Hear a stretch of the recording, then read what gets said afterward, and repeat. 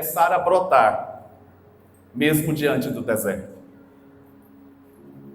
Você crê nisso?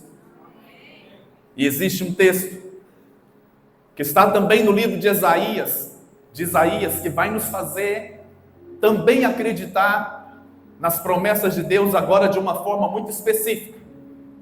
Aqui o profeta está dizendo, olha, quando o Espírito Santo desce lá do alto, ele pega o deserto e transforma num pomar. E do pomar ele faz um bosque. Agora, no capítulo 43, do verso 18 e 19, ele vai nos levar a um exercício de fé maior ainda. E eu quero ler com você esse texto. Isaías 43, do verso 18 a 19. É um texto que nós já falamos muito dele, talvez você já ouviu muito sobre ele. Diz assim: não vos lembreis das coisas passadas, nem considereis as antigas. Eis que faço coisa nova que está saindo à luz. Porventura não percebeis? Eis que porei um caminho no deserto e rios no ermo. Veja bem, no primeiro texto que nós lemos, nós fomos convidados a acreditar que Deus pode transformar o cenário de um deserto em um cenário de um pomar e depois de um bosque. Correto? Você acredita que Deus pode fazer isso? Sim ou não? Agora a palavra de Deus está nos dizendo uma outra coisa. E eu ousadamente quero dizer o que eu penso nesse texto de Isaías 43. Entre o deserto e o momento onde o deserto é transformado num pomar e no bosque, existe um processo. Não é no estralar de dedos. Existe um processo. E no livro de Isaías 43, para mim, ele está dizendo como você vai caminhar nesse processo. E o processo é acreditar que entre o deserto e o pomar, Deus vai te dar um caminho. Deus vai falar para você, esse é o caminho, andai por ele. Porque muitas pessoas querem que Deus nos transporte do deserto direto para o pomar. E eu quero te dizer que nem sempre, ou raramente, Deus vai fazer isso. Na grande maioria das vezes, Deus vai te trazer essa promessa de que Ele vai te colocar no meio de um pomar e no meio de um bosque, te trazendo alimento e descanso para você. Mas Ele vai te dizer, esse é o caminho, andai por ele. O que o profeta agora está dizendo é, eu estou fazendo uma coisa nova. Para isso você precisa esquecer do passado, desconsiderar o que você já viveu até aqui, seja bom ou ruim. E você precisa acreditar que algo novo está saindo à luz. Mas o caminho precisa ser percorrido. E a minha palavra para você é, vamos deixar o passado para trás. Vamos deixar o que aconteceu de bom e de ruim para trás. E vamos acreditar que agora existe um caminho sendo preparado para que eu e você cheguemos ao ponto de colhermos aquilo que Deus tem para nós e de descansarmos no bosque que Ele tem para mim e para você. Para isso, irmãos, nós precisamos acreditar que verdadeiramente um tempo novo chegou para nós. Como eu tenho orado sobre isso e como eu tenho acreditado nessa promessa de Deus para todos nós, e eu quero que você se veja nesse novo tempo. Eu não quero aqui fazer promessas para mexer com o seu lado emocional, não é essa a intenção. Mas eu quero que você acredite, verdadeiramente Deus está nos levando para uma nova estação. Deus está nos transportando para um novo tempo. Um tempo onde eu ainda não tenho dimensão daquilo que Deus vai fazer conosco, mas o que eu posso te dizer é, coisas extraordinárias estão sendo liberadas sobre nós. E eu, nessa semana, eu li esse texto com os irmãos na oração, e eu quero voltar a ele. Texto que está lá em Josué. É um texto que sempre falou muito comigo. E aqui eu poderia ficar muito tempo compartilhando com os irmãos muitas coisas aqui dele. Josué capítulo 5. Como Deus tem coisas para falar conosco aqui nesse texto. Josué, para aqueles que não têm muito conhecimento da história, ele era um homem que andava muito com Moisés, e Moisés ele foi o libertador do povo de Deus do Egito, debaixo de uma promessa, aonde eles receberam a promessa de que entrariam em Canaã, que era uma terra que manava leite e mel. Moisés então ele morre, Josué é o sucessor, e Deus dá uma palavra para Josué dizendo: olha, se prepare porque eu vou fazer coisas novas, eu vou abençoar vocês. Mas algo que Josué não imaginava, no meu ponto de vista, que iria acontecer talvez tão rápido na liderança dele, era que Deus estaria mudando a forma de abençoar o povo. Preste atenção nisso. Deus mudaria a maneira como abençoava o povo. Nós estamos falando não apenas de dias, nós não estamos falando não apenas de semanas, de meses, nós estamos falando de anos e de muitos anos, aonde o povo foi acostumado a ver Deus os abençoando de uma maneira muito específica e pontual. Você consegue entender o que é durante 40 anos você depender de Deus, inclusive para o seu sustento natural? Eu não sei se você já viveu isso. Eu, particularmente, junto com a minha esposa, não estou falando isso para nos gabar, mas graças a Deus nós nunca passamos por uma falta de alimento na nossa casa. Nós nunca tivemos uma necessidade pontual de um alimento, de olhar para a despensa da nossa casa e não ter o que comer. E eu não estou dizendo que isso é bom, e nem que é ruim. Mas nós nunca vivemos a experiência de ter que orar a Deus e esperar que algo acontecesse para que nós tivéssemos alimento em casa. E eu conheço muitas pessoas que já viveram essa experiência. Mas durante 40 anos, você sabe o que é você talvez acordar e mais uma vez ter que exercer a sua fé, ainda que a promessa de Deus havia sido dada, ainda que na semana passada Deus foi fiel como Ele prometeu, mas você sabe o que é você acordar mais uma vez e ter que exercitar a sua fé de que a palavra se cumpriria mais uma vez? E talvez muitos ali entraram no automático, muitos ali entraram naquela consciência automática: Deus não vai falhar. Como nós também já, talvez nos acostumamos inclusive a verbalizar isso: Deus nunca falha. Deus, Ele é fiel. E a gente acaba falando isso muito da boca para fora, sem absorver a profundidade dessa verdade. E foram 40 anos. Dia após dia, eles acordavam e eles eram, mais uma vez, supridos pela fidelidade de Deus. Há quantos anos você está sendo suprido pela fidelidade de Deus? Há quanto tempo você tem visto Deus sendo fiel com você, talvez abençoando o fruto do seu trabalho, talvez te dando forças para você trabalhar a cada dia, talvez te dando um emprego muito abençoado que tem dado conta de pagar os seus compromissos ali, sejam eles quais forem. Josué, então, irmãos, talvez ele não estava preparado para essa nova estação, que agora veio com uma nova forma de Deus agir. E aí a palavra que ele libera então sobre o povo está aqui no capítulo 5, a partir do verso 10, que diz assim: estando, pois, os filhos de Israel acampados em Gilgal, celebraram a Páscoa no dia 14 do mês à tarde, nas campinas de Jericó. Comeram do fruto da terra no dia seguinte à Páscoa, pães asmos e grãos tostados, comeram desse mesmo dia. No dia imediato depois que o comeram, do produto da terra, cessou o maná, e não o tiveram mais os filhos de Israel, mas nesse ano comeram das novidades da terra de Canaã.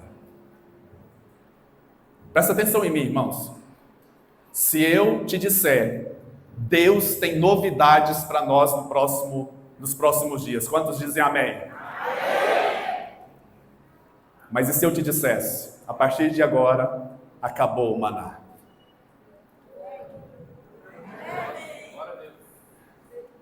Misericórdia, né? Sim. Porque na verdade, irmãos, é uma nova etapa. É um novo modo de ver Deus operando milagres. É muito bom ouvir que Deus está nos levando a uma nova estação, onde nós vamos comer das novidades da terra de Canaã. Sim ou não, irmãos? Mas quando eu escuto que o maná acabou, pode me dar um frio na barriga. Quando eu escuto que a partir daquele dia cessou o maná, nós estamos falando de 40 anos de um modus operandi. 40 anos vendo Deus sendo fiel, fazendo sempre do mesmo jeitinho, e dava no sábado, Deus ainda mandava em dobro, que era para dar para o domingo, que não era para guardar, e aí nós fomos condicionados de uma forma muito linda, Deus nos ensinando, olha, amanhã eu vou estar aqui de novo. Foram 40 anos Deus ensinando o povo a depender de Deus dia a dia, e vendo Deus se manifestando dia a dia. Mas agora Deus queria fazê-los experimentar coisas novas. E sabe qual foi o primeiro desafio que Deus colocou para eles nas coisas novas? Sabe o que foi? O que vocês acham? Irmãos, nós estamos falando de um tempo de deserto, onde não se plantava, porque nada dava. Então tinha que olhar para o alto e acreditar que o maná ia descer. Tinha que acreditar que coisas extraordinárias iam acontecer, e isso aconteceu. Agora eles entram em Canaã, que não é deserto mais, agora é terra. É a terra prometida que manava leite e mel.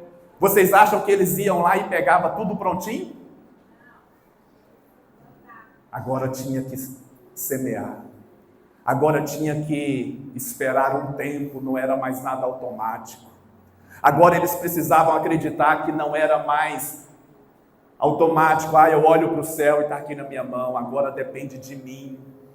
Pastor, o que você está dizendo então? Que Deus está querendo nos ensinar que não temos que depender dele? Não, pelo contrário. Agora é Deus te convidando a ser participante da natureza dele, aonde você vai experimentar que em plantando tudo se dá. Porque a fidelidade de Deus agora se manifesta no trabalho das suas mãos. É onde você olha para você e santifica as suas mãos e diz, tudo aquilo que eu colocar na minha mão vai ser abençoado. Eu acho muito lindo a forma como Deus vai construindo as coisas no meio de uma comunidade. No ano passado, o Mateus nem estava aqui conosco. Nós começamos a estudar um livro do Larry Crabb, chamado O Silêncio de Adão. Quem estava aqui? Quem fez parte do começo desses estudos? Alguns homens aí. E a gente falava justamente dessa ausência masculina na sociedade, principalmente nas famílias.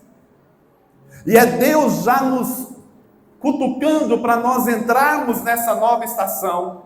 Então, irmãos, quando nós olhamos para esse texto aqui de Josué está dizendo, olha, essa nova estação agora, não é que nós não vamos mais depender de Deus, agora nós vamos ver Deus nos preparando para que nós possamos conquistar os milagres a partir de uma interação nossa com Ele. Nós passamos 40 anos dependendo dEle, agora nós vamos exercer essa dependência trabalhando com Deus. Mas não para por aí. Quando eles entram na terra, se você continuar lendo o capítulo 5 e o capítulo 6 de Josué, você vai ver que eles se deparam com uma cidade que precisava ser conquistada. Se chamava Jericó. E talvez, pelo histórico de vida deles, por verem Deus os preparando, por terem talvez lutado com inimigos muito fortes e poderosos, a primeira iniciativa deles era de se colocar ali de prontidão e dizer, vai dar tudo certo, nós vamos derrubar as muralhas de Jericó e nós vamos destruir aquela cidade e vamos tomar ela para nós. Deus fala. Primeira coisa que vocês têm que aprender é que para atravessar o Jordão, vocês vão ter que olhar para a arca de Deus. E ao olhar para a arca de Deus, vocês vão experimentar mais uma vez as águas se abrindo sobre a vida de vocês. E eu vou mostrar para vocês que como eu fui lá no Mar Vermelho, eu vou ser também aqui no Jordão. E quando os sacerdotes pisarem na água, as águas vão pararem e vocês vão atravessar. Mas a conquista de Jericó, ela será tomada não pela força de vocês, mas pela dependência do meu Espírito. E Deus começa a fazer coisas loucas com aquele povo. Deus começa a operar de uma maneira muito extraordinária, mas também de uma maneira muito louca, irmãos. E eu quero te desafiar, esteja preparado para viver coisas loucas diante de Deus. Esteja preparado para Deus falar com você de uma maneira muito íntima, muito pessoal, mas te levar também a atitudes muito loucas. Quando eu falo de loucas, eu não estou falando de irresponsável. Eu estou falando de depositar a sua confiança num Deus que vai dizer para você, essa cidade será ganha no grito. Que loucura! Que Deus é esse? Que nos chama para conquistar uma cidade no grito. Mas não é num grito irresponsável, é num grito de dependência. Não é num grito de dizer eu posso, é num grito de dizer eu confio. Não é num grito de dizer eu sou capaz, é num grito de dizer sem Ele eu nada posso. É eu e você entendermos que se de fato queremos viver esse novo tempo, a primeira coisa que precisamos deixar para trás é o passado de uma experiência com maná. É o passado de uma experiência com aquilo que nós vivemos em Deus e que foi muito bom, irmãos. Foi muito bom. Talvez você foi conquistado nessa época. Talvez você foi ganho para Cristo nessa época. E coisas extraordinárias que você viveu nessa época ainda vão permanecer e devem permanecer na sua vida. Por exemplo, se hoje eu tenho o hábito de orar às 5 horas da manhã, é muito fruto de uma época que eu vivi. Alguns aqui participaram dessa época, quando nós íamos para o monte, lá no Morro do Além, que o apóstolo nos chamava para ir todo mundo para o Morro do Além orar de madrugada. Eu encontrei um rapaz ontem na padaria, perto de casa, e ele é um negão maior do que eu, e ele fala muito alto, e no meio da padaria, ô pastor! E aí eu comentei com ele que os filhos dele já estão grandes, há pouco tempo a esposa dele estava grávida, e agora a menininha dele já está andando, e eu falei, rapaz, o tempo está passando muito rápido para você. Ele falou, mas para o senhor está passando mais rápido ainda. Aí eu falei, por quê? Eu falei, e muito alto, na padaria, irmão. Esses dias eu estava lembrando quando o Senhor pregou sobre tabernáculo lá na Fama. Ei, acabou aqui. E aí ele dizia para mim assim, ó, eu me lembro perfeitamente de cada detalhe da palavra do Senhor.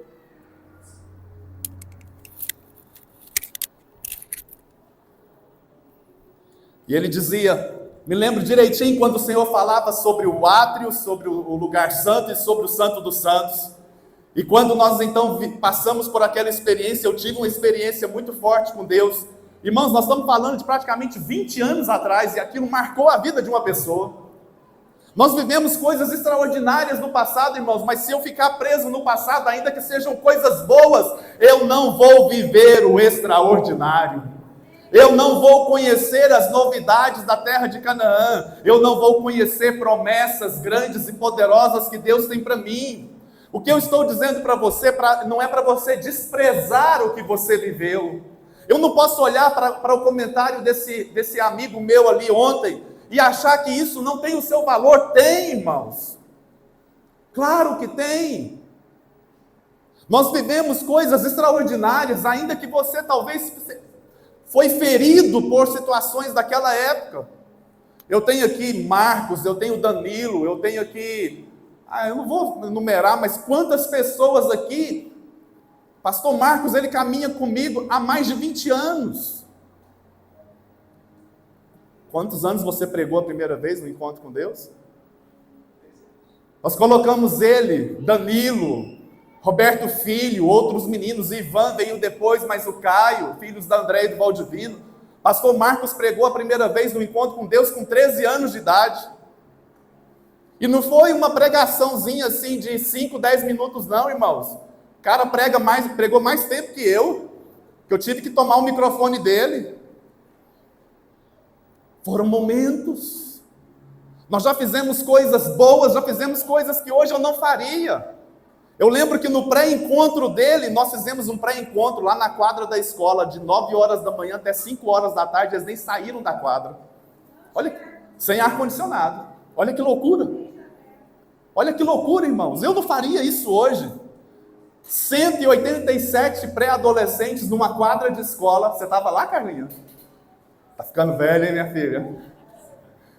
187 pré-adolescentes de 9 horas da manhã, 5 horas da tarde, sem sair da quadra, irmãos. Mas foi um tempo. E se eu ficar preso nesse tempo gostoso e bom, sabe o que vai acontecer? Eu vou me acostumar com ele. Eu vou ver Deus nele. Eu vou ver o poder de Deus aqui nesse tempo ainda. E eu vou me sentir satisfeito com esse tempo. Mas Deus está querendo dizer, olha, eu vou colocar um caminho nesse deserto. Eu estou provocando um incômodo em você, para que você acredite que mesmo vivendo de coisas boas como o maná, eu tenho novidades de Canaã para você. Então olhe para esse caminho e ande por ele, porque é chegado um tempo de coisas novas acontecerem na sua vida. Oh, irmãos, como eu queria que isso fosse uma verdade na sua vida. Você acredita mesmo que Deus tem isso para você? Cruzar o Jordão, entrar em Canaã, para mim, significa enfrentar os desafios da vida. Quais são os desafios que Deus tem proposto para você? Talvez é você abandonar esta vida que você está se alimentando a cada dia. Talvez eu e você precisamos tomar uma decisão de romper com o passado e dizer, Senhor, eu estou me entregando, ainda que eu não saiba de nada que possa me acontecer, eu estou confiando no Senhor. Ainda que eu esteja inseguro, ainda que eu esteja talvez triste, ainda que eu esteja talvez desanimado, porque eu não estou vendo nada de possibilidade do novo acontecer, eu vou confiar no Senhor e eu vou me lançar em suas mãos e eu vou acreditar que verdadeiramente uma coisa nova está saindo à luz. E aí, irmãos, eu preciso desafiar você, que Deus não é limitado ao meu modo de ver as coisas. Eu quero te dar uma notícia, que Deus ele não se limita a fazer as coisas do jeito que você acha que tem que ser feito. E Jesus veio justamente para nos mostrar que Deus ele não está preocupado nem mesmo com aquele alto escalão de pessoas que conhece tanto de Bíblia, mas conhece tão pouco dele. Jesus foi aquele que curou uma pessoa apenas dela tocar nas vestes dele. Jesus foi aquele que curou uma pessoa jogando saliva nos olhos dele, para não dizer outra coisa, que você talvez possa sentir um nojo maior.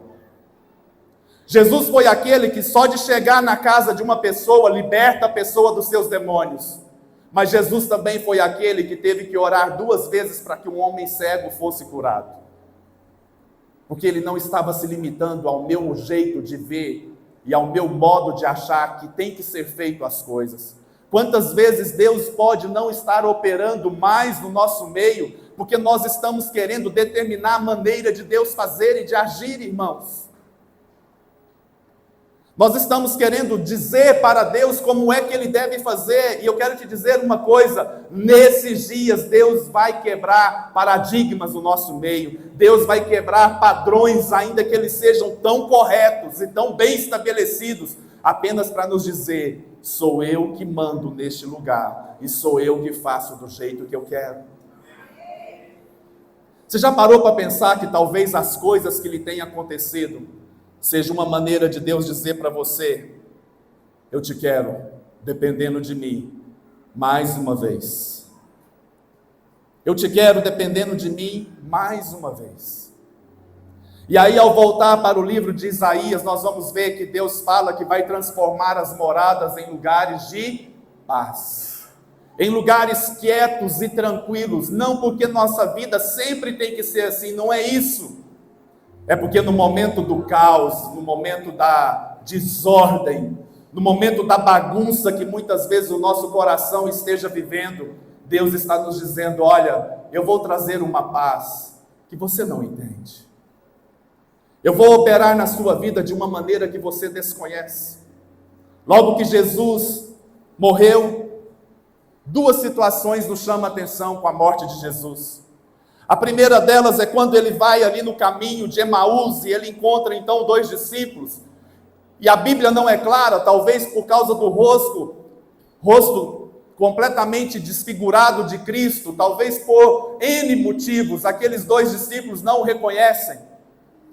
E eles ficam perplexos quando Jesus pergunta por que eles estavam ali daquela forma, e Jesus então diz que não sabia, e eles falam: como você não sabia? Onde é que você estava? Porque todo mundo, o comentário de Jerusalém é o acontecimento de Jesus, e como que você não sabe? Mas a Bíblia diz que Jesus então começa a recitar para eles, desde Moisés até aquele momento que a palavra de Deus diz. Sabe o que eu aprendo com isso, irmãos? É que mesmo naqueles momentos em que nós não acreditamos que nada mais pode acontecer, o Senhor faz questão de ressuscitar o poder da palavra dele no nosso coração. E ele começa então a deixar que essa palavra alimente a nossa fé e nos leve a acreditar que tudo é possível, não importam as circunstâncias. Pode dizer amém por isso? Mas uma outra situação me chama a atenção. Quando Jesus vai ao encontro dos discípulos, a Bíblia fala que os discípulos estavam trancados de medo. Sabe o que é isso? Aquilo que eles viveram durante talvez para alguns 3 anos, para alguns mais ou menos, mas a maioria ali viveram intensamente, talvez o último ano de uma forma muito presente com Cristo. Eles abandonaram tudo, eles largaram o trabalho, eles largaram a própria família para seguir a Jesus, e eles viveram intensamente, eles viram milagres acontecendo, eles viram Jesus ressuscitando Lázaro, eles viram coisas extraordinárias, e agora parece que tudo havia perdido sentido, e talvez como eu e você, passou pela cabeça deles o seguinte pensamento: é hora de desistir de tudo, de repensar a nossa vida e reconfigurar a nossa mente, porque aquilo que julgávamos ser o correto já não é mais. E começou então um caos interior, aonde talvez eles não estavam mais dominando os seus próprios pensamentos. E a primeira coisa que Jesus então fala quando chega para eles é o quê? Paz seja convosco. Sabe o que é isso? Acalme-se. Respira fundo, porque eu vou mostrar para vocês a glória que está por vir. Eu vou mostrar para vocês que a aparente derrota se transformará numa eterna manifestação de glória. Aquilo que aparentemente diz para mim e para você que tudo deu errado, que foi tempo perdido, que aquilo que fizemos parece que não fez sentido nenhum, agora ele está dizendo para mim e para você: eu vou transformar tudo isso num eterno peso de glória. Então, irmãos, o convite de Deus para nós nessa manhã é: venha participar da mesa, tendo a convicção de que nos próximos dias, eu e você, experimentaremos das novidades da terra de Canaã. Você pode ficar de pé no seu lugar? Você pode fechar os seus olhos, por favor? Isso só vai acontecer se você crer que essa promessa do derramar do Espírito Santo que foi dada pelo profeta Isaías lá atrás, ela é real e verdadeira para mim e para você no dia de hoje. Ela é uma promessa onde Ele está nos dizendo: eu vou derramar do meu Espírito sobre vocês nesta manhã. Eu vou derramar do meu Espírito sobre vocês nesta manhã. Você pode fechar os seus olhos. Você pode entregar a sua vida nas mãos de Deus e dizer: Senhor, eu quero acreditar nessa promessa. Eu quero acreditar nessa palavra do Senhor para a minha vida. Eu quero acreditar que verdadeiramente o Senhor está me levando a esse novo tempo. Coloque a sua vida diante do Senhor. Nós vamos participar da mesa agora. Mas antes eu queria levar você a esse tempo de entrega, a esse tempo de dependência do Senhor.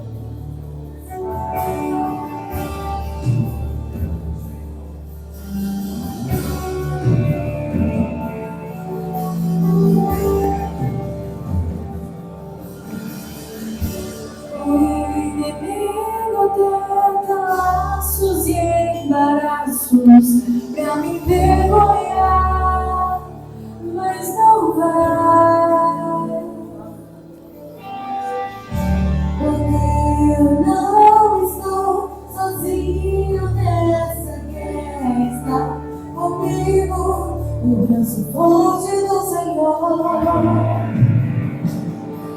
aquele que acalma o vento, aquele que aquieta o mar, que tira a força do fogo e faz o meu jejuar.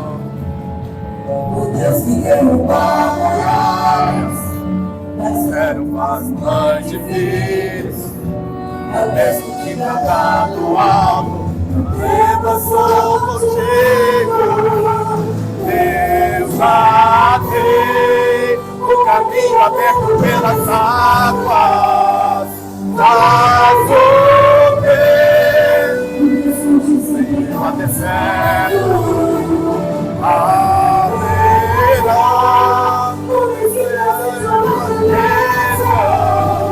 os amores, desviais, cabe livramento.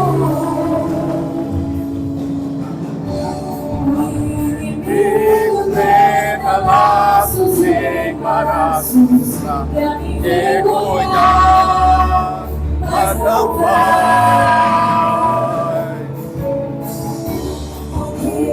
Não estou sozinho nessa guerra.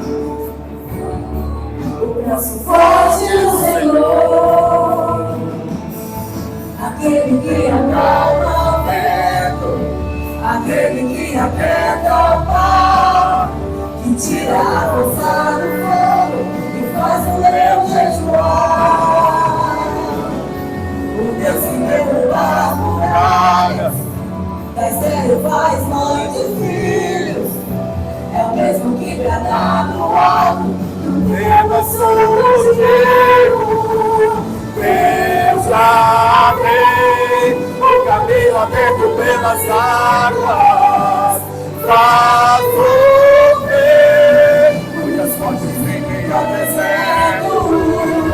Haverá nuvens que trazem chuvas imensas, os povos destinais cabe livramento. Continue com seus olhos fechados. Eu não conheço você na sua inteireza do seu coração, mas Deus conhece.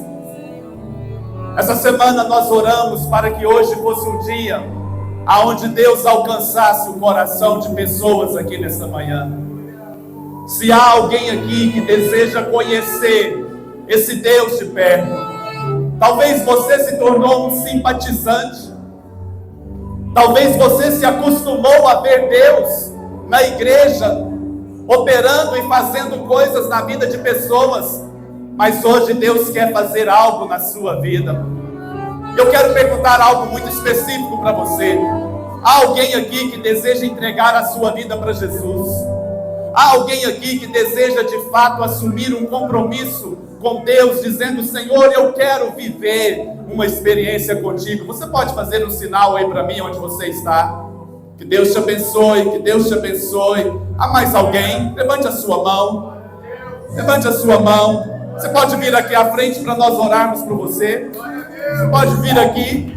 Nós queremos orar por você.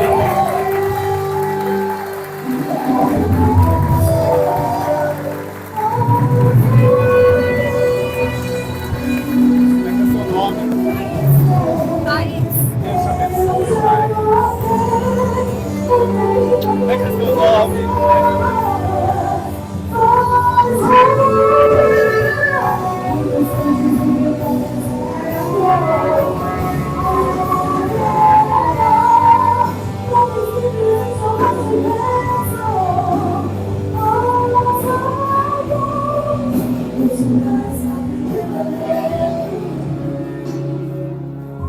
Posso dar um abraço à senhora?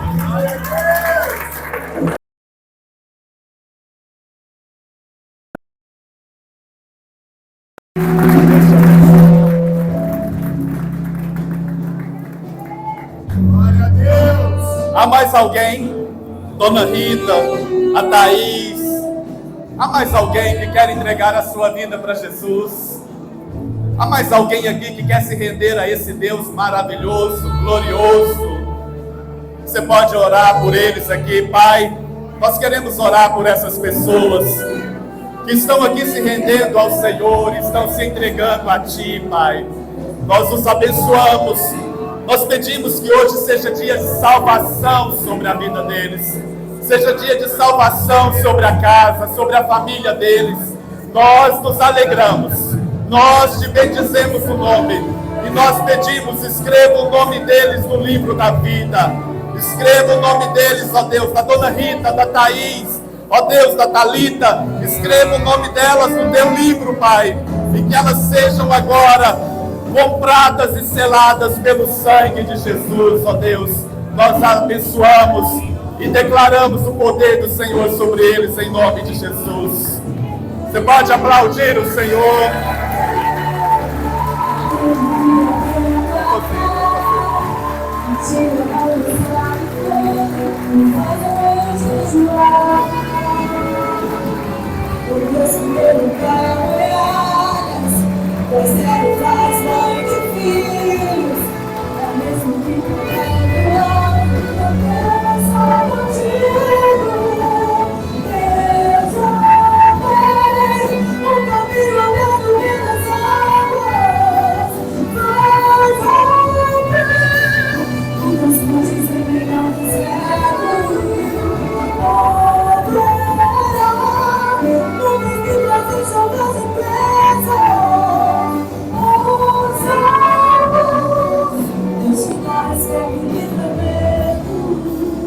Aleluia. Que Deus abençoe vocês. Que vocês sejam surpreendidas por um mover de Deus na vida de vocês. Eu profetizo que a senhora conhecerá Deus de uma maneira muito pessoal, muito íntima. Não se envergonhe, porque Deus, Ele está trazendo a senhora para experimentar uma nova vida, do jeito que a senhora é e do jeito que a senhora está. E nós veremos uma Dona Rita vencedora, vitoriosa e vitoriosa no poder do nome de Jesus. Que o Senhor vos abençoe em nome de Jesus. Amém.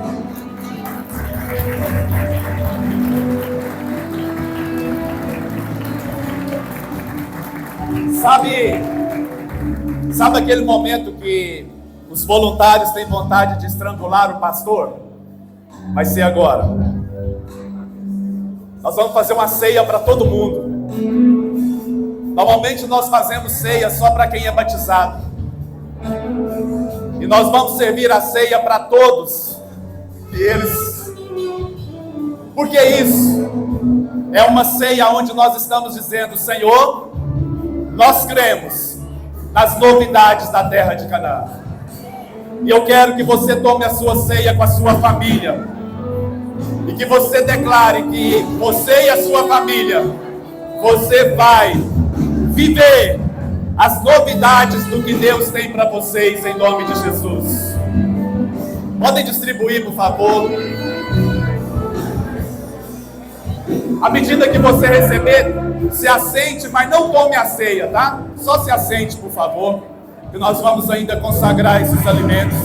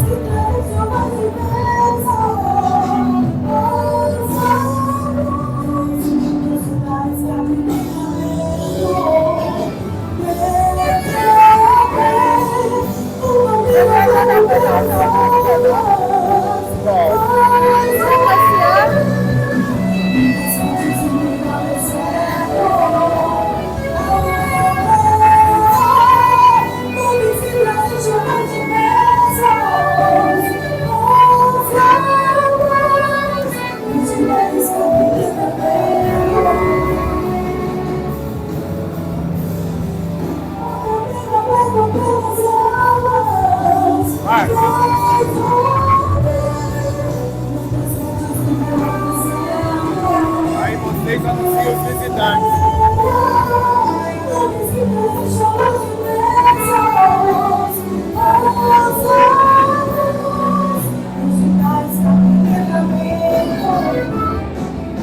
Aquele dia tão momento, aquele dia que é tão bom, que tira a força do fogo e faz o leão jejuar. O Deus que deu lugar, castelo faz mãe de filhos, é o mesmo que pra adorar, ele é salvo.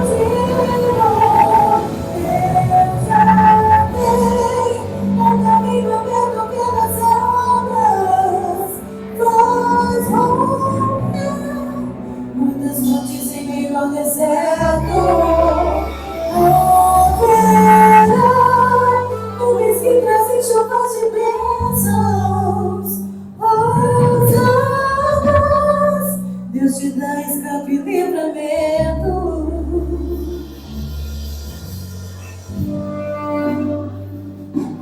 Se alguém for sem vinho, sem suco. Alguém está sem suco? Calma que o problema vai ser resolvido.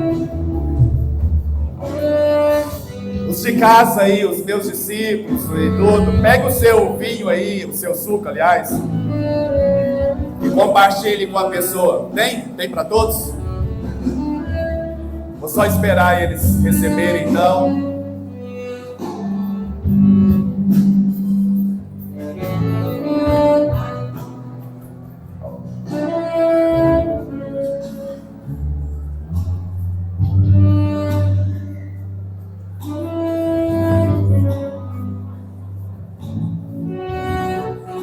Do jeito que você está, fecha os seus olhos, por favor. Eu quero que você entenda a seriedade desse momento. A Bíblia fala que nós não podemos participar da mesa do Senhor levianamente. E eu tenho muita liberdade de fazer isso que eu estou fazendo aqui, embora seja uma prática nossa e de praticamente todas as igrejas. Só servimos a ceia para aquelas pessoas que são batizadas nas águas.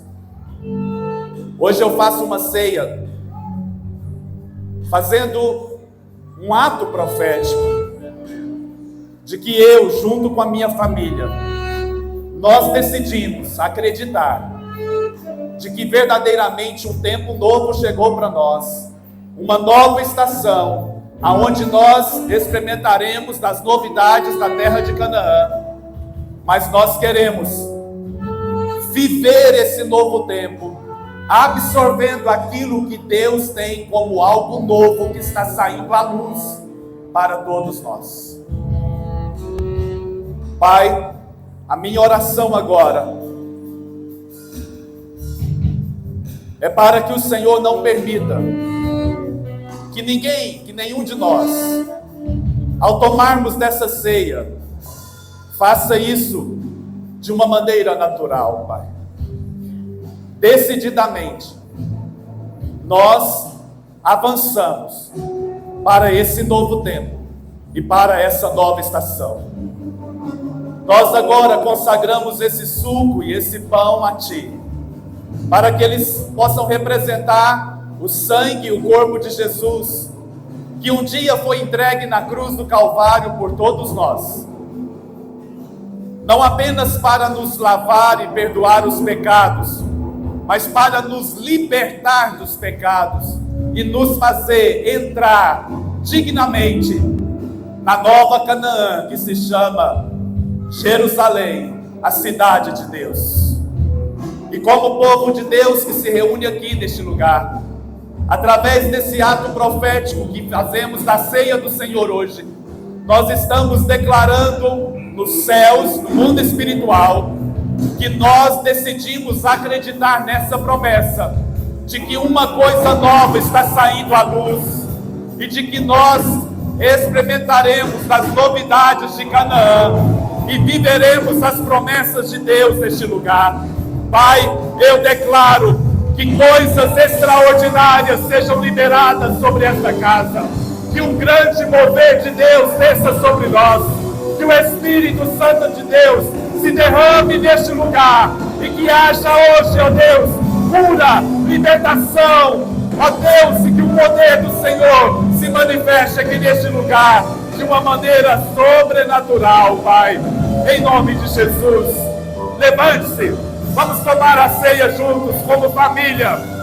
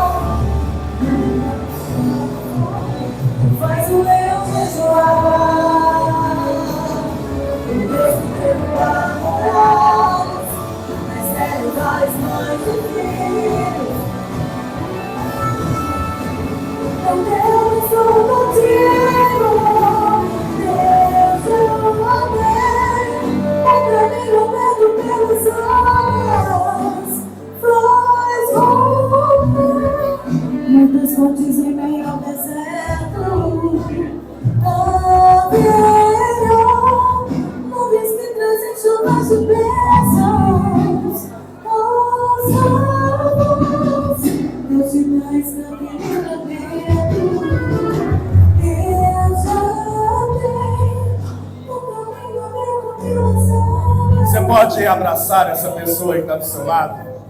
Quer chamar a Janaína aqui? Vem aqui, Janaína. Olhe para mim, irmãos. A Janaína hoje está vivendo um grande desafio na vida dela. E nós cremos que Deus pode abençoá-la de uma maneira extraordinária. Nós vamos orar para que Deus guarde e abençoe a vida da Janaína no dia de hoje. Ela é candidata por Aparecida. Que o Senhor possa abençoar os caminhos dela em nome de Jesus. Pai, que a Janaína seja surpreendida pelo favor dele. Ela faz parte dessa comunidade e ela tem servido ao Senhor com tanta intensidade aqui, Pai. Que o Senhor a abençoe, que o Senhor guarde a vida dela. E que hoje seja um dia de grandes expectativas sobre a vida da Janaína. E que milagres possam acontecer sobre ela. E que o poder do Senhor se manifeste sobre ela de uma maneira extraordinária, Pai. No nome de Jesus, nós declaramos o favor de Deus se manifestando sobre ela. E a glória de Deus transbordando na vida da Janaína. Em nome de Jesus, Pai. Amém. Deus abençoe, viu?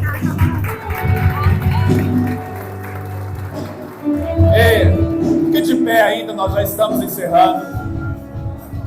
Quero agradecer pela sua presença aqui. Hoje é um dia importante para nós. E antes do pastor Marcos e a pastora Maiara encerrar, queria que você desse a mão para a pessoa que está aí do seu lado. Vamos orar pelo estado de Goiás, pela cidade de Goiânia especificamente. Que Deus dê sabedoria a todos para eleger, tanto ao prefeito como aos vereadores da nossa cidade, de todo o país, de uma maneira digna e consciente, amém?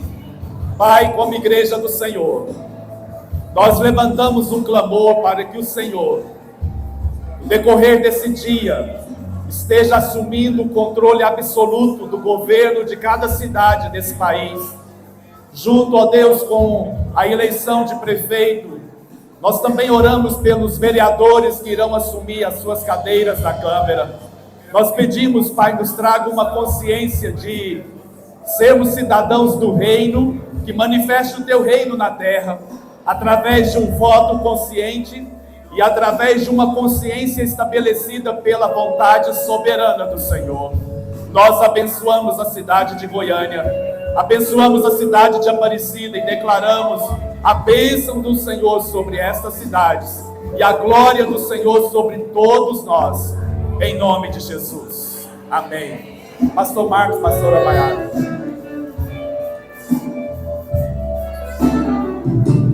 Amém. Pode ficar de pé, nós já estamos encerrando. Eu preciso, antes de terminar o culto, dar boas-vindas aos nossos visitantes. Quem nos visita pela primeira vez, faça assim, só que a gente possa te entregar uma lembrança. Aqui, Henrique, no meio. Mais alguém? Ali atrás. Você veio.